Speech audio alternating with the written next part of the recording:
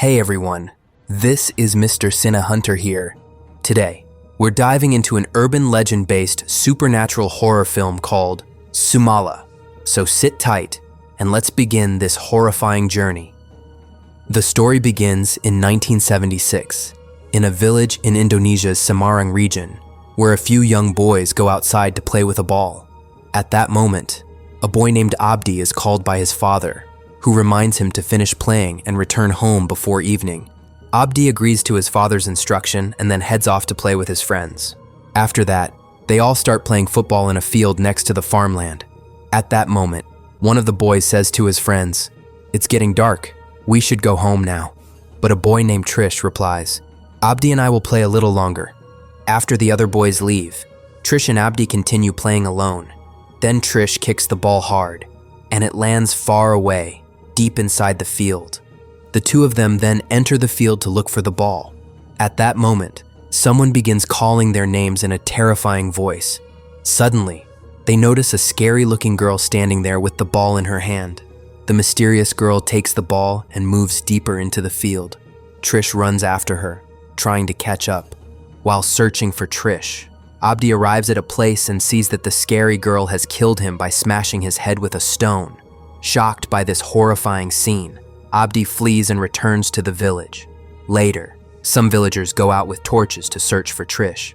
After searching for a while, Trish's father discovers Trish's body lying in a river. It turns out that Trish was killed by the scary girl in a very brutal way. After that, Trish's father blames Abdi for killing his son. Abdi tells him that he didn't kill Trish. A girl struck Trish on the head with a stone and killed him. At that moment, a man named Sabdo arrives and tells the villagers that everything Abdi said is true. He further explains that the girl who killed Trish is not an ordinary human. She is the child of the devil, and her name is Sumala. Then Sabdo begins to tell the villagers about an incident that happened 29 years ago. It was the year 1947. A wealthy landlord named Jimn is seen talking to an Englishman. At that moment, Jimin's uncle tells him that he wants to build a factory and will need a part of Jimin's land for it. However, Jimn clearly refuses, saying he will not sell any part of his land. Meanwhile, Jimin's wife, Lastri, brings tea for his uncle. As Lastri leaves after serving the tea, Jimin's uncle teases him, saying, "If I had a wife like yours, I would have become the father of 8 children by now." Jimn and Lastri had actually been married for 11 years, yet they still had no children. This leaves the couple deeply worried about the future of their family line. One day, Jimn asks Lastri where she went that morning. Lastri replies that she went to the market to buy medicine that might help her conceive. Hearing this, Jimn becomes angry and says that no medicine will solve the problem, and that she should find another way to have a child. He also warns her to remember one thing: if she cannot give him an heir by the next year, he will marry someone else. Feeling upset by Jimn's words, Lastri goes to a quiet place and begins to cry. The next day, Lastri sets off to visit an old woman named Tukina, who is said to use her magic to help women who are unable to have children. A boatman then helps Lastri cross the river, leads her into the forest, and introduces her to the old woman known as Tukina. After that, Tukina tells Lastri that asking for her help is not like asking any ordinary magician, because she is a dark sorceress. She further tells Lastri that she must perform a ritual, and through it, she has to please her master. Lastri then asks Tukina, "Who is your master?" Tukina replies that her master is the devil Satan. Hearing this, Lastri becomes very afraid and falls into deep thought. Tukina then says that if you perform this ritual, you will give birth to twin daughters. One of them will be incredibly beautiful, appearing just like an ordinary human, while the other will be terrifyingly ugly, resembling the devil. After their birth, you and your husband must care for them until they reach the age of 10. When that time comes, Satan will arrive and take the deformed child away. However, if you fail to properly raise both children, especially the one belonging to Satan, until they turn 10, a curse will fall upon your entire family, and it will destroy all of you. According to Tukina's conditions, Lastri reluctantly agrees to perform the ritual. Tukina then begins the terrifying ceremony and starts calling upon Satan. She chants a spell over a pot, mixes jackal meat and blood into it, and makes Lastri drink it. The moment Lastri consumes it, her body shakes uncontrollably and her stomach swells unnaturally. Tukina then recites another spell and presses on Lastri's abdomen, causing it to return to its normal size, signaling that the ritual is complete. Then Tukina whispers to her, saying that she will become pregnant within the next 2 months. As Tukina had said, 2 months later, Lastri becomes pregnant with twins. Upon hearing the news, Jimn feels immense joy and asks whether the babies are boys or girls. Lastri tells him that both are girls, and they decide to name one Kumala and the other Sumala. A few months later, Lastri goes into labor. During her labor pains, she suddenly sees Satan staring at her, but after a short while, the devil disappears once again. After some time, Lastri gives birth to her first child. Her assistant, Sumi, takes the baby in her arms and places it in a cradle. Soon after, Lastri's second child is born. Jimn enters the room to see the babies, but the moment he looks at the second one, he becomes deeply disappointed. The child appears extremely ugly and terrifying, unlike any normal human infant. Realizing that something so horrifying in appearance cannot be a human child, Jimn picks up a knife, preparing to kill the baby. Lastri forbids him, knowing how terrible the consequences would be, but Jimn, without thinking, kills the baby with the knife. Afterwards, he goes to his first child and becomes overwhelmed with emotion. 3 years later, Jimn is seen teaching his first surviving child to walk. Jimn and Lastri name the child Kumala, and from birth, one of Kumala's hands was crippled. 5 years pass, and Kumala is now 8 years old. One day, she sneaks out of her house and sits in a market. At that moment, a few scoundrel boys from the village call out to her. When Kumala approaches them, a boy named John smears dirt on her face, and the other boys begin throwing stones at her. Jimn watches the incident from a distance, but instead of confronting the boys, he grabs Kumala and takes her into a room. Sumi arrives and pleads with Jimn to forgive Kumala. Ignoring Sumi's words, Jimn says to Kumala, "How many times have I warned you not to leave the palace? Yet you secretly went to the market." Saying this, he begins striking Kumala's back with a whip, and Kumala screams in agony from the pain. Later that night, Kumala suddenly wakes up and hears someone calling her name. At that moment, she sees a terrifying girl, who looks exactly like her, step out from inside the wardrobe. Kumala gets scared and asks the girl, "Who are you?" The girl replies, "My name is Sumala, and I am your twin sister." She also says, "Didn't your parents ever tell you that you have a twin?" Kumala replies, "No," and hearing this, Sumala becomes extremely angry and says that her parents had killed her at birth because she was ugly. Then Sumala comes closer to Kumala and says, "Don't be afraid of me. I won't harm you. In fact, I love you very much." She further tells Kumala, "You need a friend, right? From now on, I will be your best friend." Saying this, she hugs Kumala, unaware of Sumala's true intentions. Kumala accepts her as a friend. In the next scene, Kumala is seen sitting with Sumi, playing the piano. Annoyed by the music, Jimn approaches Kumala and slaps her hard, shouting, "Why are you playing the piano so loudly late at night?" At that moment, Sumala possesses Kumala's body. She then enters Jimn's room, grabs a pen, and forcefully thrusts it into his hand, making Jimn scream in pain. The next day, Jimn ties Kumala to a pole as punishment for what she did the previous night and says, "If you ever act up with me like that again, I'll punish you like this every single day." That night, the three of them sit down together for dinner. Suddenly, Sumala possesses Kumala once again. Under her influence, Kumala climbs onto the dining table, urinates on it, and laughs while staring at them. Seeing this, Jimn becomes furious and orders his bodyguard Sukir to bring a rope. When Sukir tries to pull Kumala down from the table, she leaps at him and attacks. Lastri steps forward and tells Kumala to let go of Sukir. And at that moment, she sees Sumala standing with Kumala in the reflection of a mirror. Sumi then asks Kumala why she committed such madness at the dining table. Kumala replies, "Believe me, I didn't do any of this. Sumala did all of it." Lastri overhears Kumala's words from behind, and when she hears the name Sumala, she realizes it is her other daughter whom Jimn killed at birth. After that, Lastri quickly sets off for the lair of the devil worshipper, Tukina. Lastri arrives at the riverside dock and asks the boatman to take her to Tukina. The boatman informs her that Tukina passed away last month. Hearing about Tukina's death, Lastri becomes deeply worried. 2 more years pass. Sukir is seen taking Kumala into a room, tying her hands and feet, and keeping her imprisoned.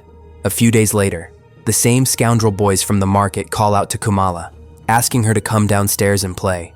When she approaches them, they begin to tease and mock her. Then the leader of the scoundrel boys smears mud on Kumala's face. The other boys join in, laughing as they throw mud at her and push her to the ground. At that moment, Sumi arrives to drive the boys away, but one of them strikes Kumala on the head with a ball before fleeing. Sumi then comes to Kumala and tries to calm her down. That night, with Sumala's help, Kumala escapes from the room where she has been held captive and steps outside with a knife to take revenge. She then confronts a boy named Supri. At that moment, Sumala appears from behind her.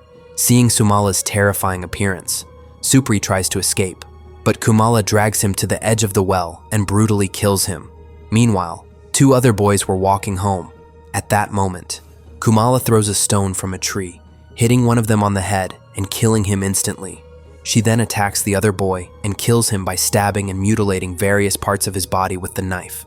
Meanwhile, the remaining boys were discussing their missing friends. Suddenly, Kumala appears in front of them. Upon seeing her, they step outside and begin teasing her. Kumala then throws the ball she is holding forcefully at John, causing him to get injured. After that, John asks Kumala, "What are you doing here so late at night?" As he speaks, he places his hand on her neck, and Kumala instantly slashes his hand with a knife. One of the boys then tries to attack Kumala, but she kills him with her knife. Meanwhile, John strikes Kumala on the head with a stick, and the other 2 boys hold her arms. When John tries to hit her again, Kumala kicks him hard and then brutally kills the 2 boys holding her right in front of John. John witnesses the terrifying deaths of his 2 friends and desperately begs Kumala to spare his life. But at that moment, Kumala throws her knife at John's head, killing him instantly. Filled with rage, she then severs his head from his body. The next day, the villagers set out to search for the murdered boys. In a part of the forest, they discover the bodies of 2 boys. Beside the corpses, they also find Kumala's doll lying on the ground. Meanwhile, as Sumi draws water from the well, she notices blood in the bucket. Seeing this, the nearby villagers gather around the well in shock. Jimn pushes through the crowd and reaches the well, where he sees the half-decayed body of a young boy. At that moment, Sukir arrives and informs Jimn that 4 more boys' bodies have been found in his field. Jimn goes there and discovers that the heads of the 4 boys Sumala had killed the previous night have been severed and mounted on stakes driven into the ground. Enraged, the villagers confront Jimn, accusing him of being responsible for the deaths of their children. Jimn angrily asks them for proof of his involvement in the murders.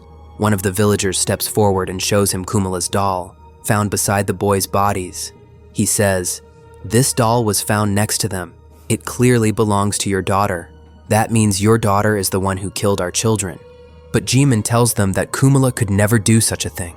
He then scolds the villagers and drives them away. Afterwards, Jimn and Lostri go to the room where Kumala is being held and examine it carefully. After searching for a while, he discovers a secret exit in the room, from which he realizes that Kumala sneaks out every night. Then Jimn approaches Kumala and asks her whether she killed the boys. Kumala tells him that it was Sumala who took control of her and committed the murders. She tried to stop Sumala from doing it, but Sumala says that she enjoys killing humans. Hearing this, Jimn orders Sukir to keep Kumala imprisoned under extremely tight security. Sukir then restrains Kumala by placing wooden planks on her legs. After he leaves, Sumi approaches Kumala and feels deeply saddened by her condition. Kumala then tells Sumi that she will turn 10 the next day and asks her to leave the place, because she doesn't want anything bad to happen to Sumi because of her. Following Kumala's request, Sumi leaves the palace the next day with her son Sabdo.